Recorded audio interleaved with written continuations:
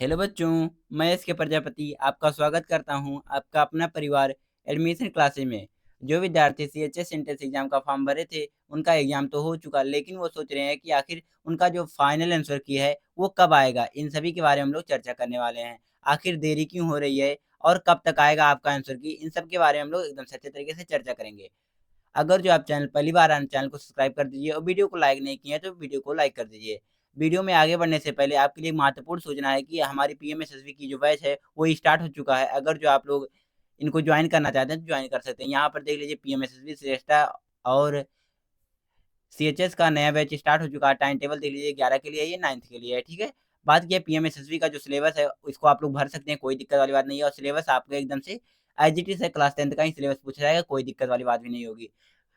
अगर जो आप पीएमएसएसबी को क्वालीफाई करते हैं तो आपको स्कॉलरशिप मिलेगा बेहतरीन तरीके से। इसके लिए केवल आप एलिजिबल हैं, बाकी इन सभी के लिए आप लोग एलिजिबल नहीं है। श्रेष्ठा के लिए वो बच्चे भर सकते थे जो अगली बार आएँगे, जो इस समय 8th में है। बाकी सीएचएस वालों के बारे में आप लोग जानते हैं, नवोदय के बारे में जानते हैं कि जो इस समय 8 में है वो भर सकते हैं। लेकिन ये कौन भरेंगे पीएमएसएसबी स्कॉलरशिप का फॉर्म, जो इस समय 8वीं पास हो चुके हैं, 9वीं में जाने वाले हैं, वो इस फॉर्म को भर सकते हैं पीएमएसएसबी का। चाहे आप 9th में हो या फिर 11th में हो, इस टाइम टेबल के अकॉर्डिंग ज्वाइन करके अपनी तैयारी को बेहतर कर सकते हैं। चलिए अब हम लोग स्टार्ट करते हैं कि आप लोग जिनका इंतज़ार कर रहे थे कि आखिर क्यों नहीं आ रहा है आंसर की, इसके बारे में चर्चा करेंगे। तो सबसे पहले हम लोग चलेंगे बीएचयू के ऑफ़िशियल वेबसाइट पर। चलिए देखते हैं क्या दिख रहा है वहाँ पर।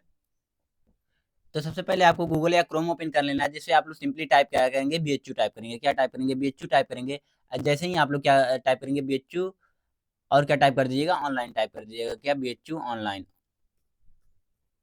ऑनलाइन। बीएचयू ऑनलाइन लिखकर क्या करेंगे, जैसे ही आप लोग एंटर करेंगे तो आपको कुछ इस प्रकार देखने को मिल जाएगा।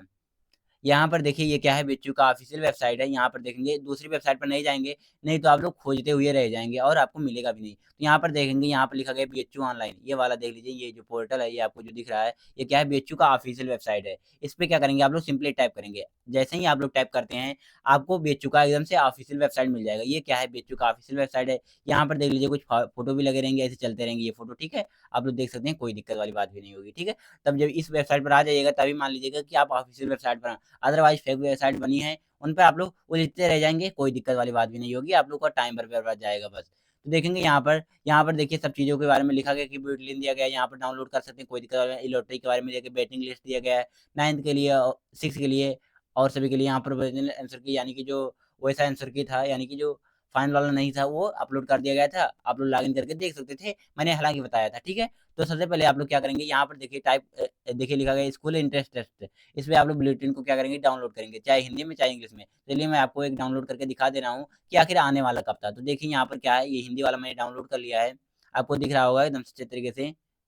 तो देखिए ये क्या है, एकदम से अच्छे तरीके से, कोई दिक्कत वाली बात भी नहीं है। अब यहाँ पर देखिए, यहाँ पर जो डेट दिया गया है कि फॉर्म कब आया था, तो 20 फरवरी को आ गया था। ये पक्की बात है ना? जी हाँ, बिल्कुल पक्की बात है। यानी कि ये क्या है, एकदम से ऑथेंटिक जो बुलेटिन है, यानी कि ये कोई फेक बुलेटिन नहीं है। ये जो बीएचयू जारी किया था वही है। 20 मार्च को क्या हुआ था आपका, वो आ गया था, अंतिम तिथि था।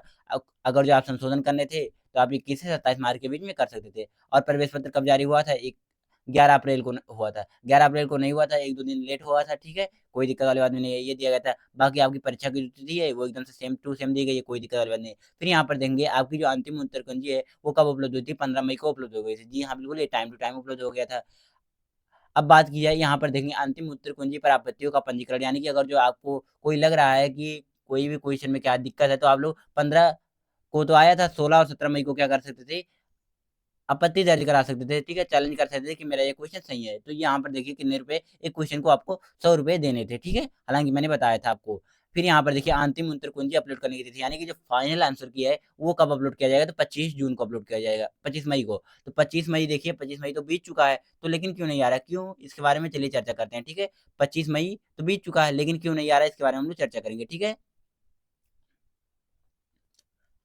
अगर जो बात की जाए आपकी प्रीवियस ईयर के अकॉर्डिंग देखा जाए, यानी कि पिछले साल के अकॉर्डिंग देखा जाए, तो जो बीएचयू जो होता था हमेशा, बीएचयू जो सीएचएस होता था, बीएचयू सीएचएस की बात की जाए, बीएचयू सीएचएस आपकी बात की जाए तो रिजल्ट में भी देरी किया था। यानी कि जो पिछली बार का जो हुआ था, वो उसमें क्या हुआ था, रिजल्ट रिजल्ट में भी क्या हुआ था, देरी हुआ था। कम से कम कितने दिन, 1 से 2 दिन, डेढ़ दिन की बात कर सकते हैं। 1 दिन देरी हुआ था, 1 दिन डिले हुआ था। बात की जाए पिछली बार क्या हुआ था, पिछली बार जो आपका आंसर की था, वो भी क्या हुआ था, डिले हुआ था। आंसर की में भी क्या हुआ था, डिले था हुआ था।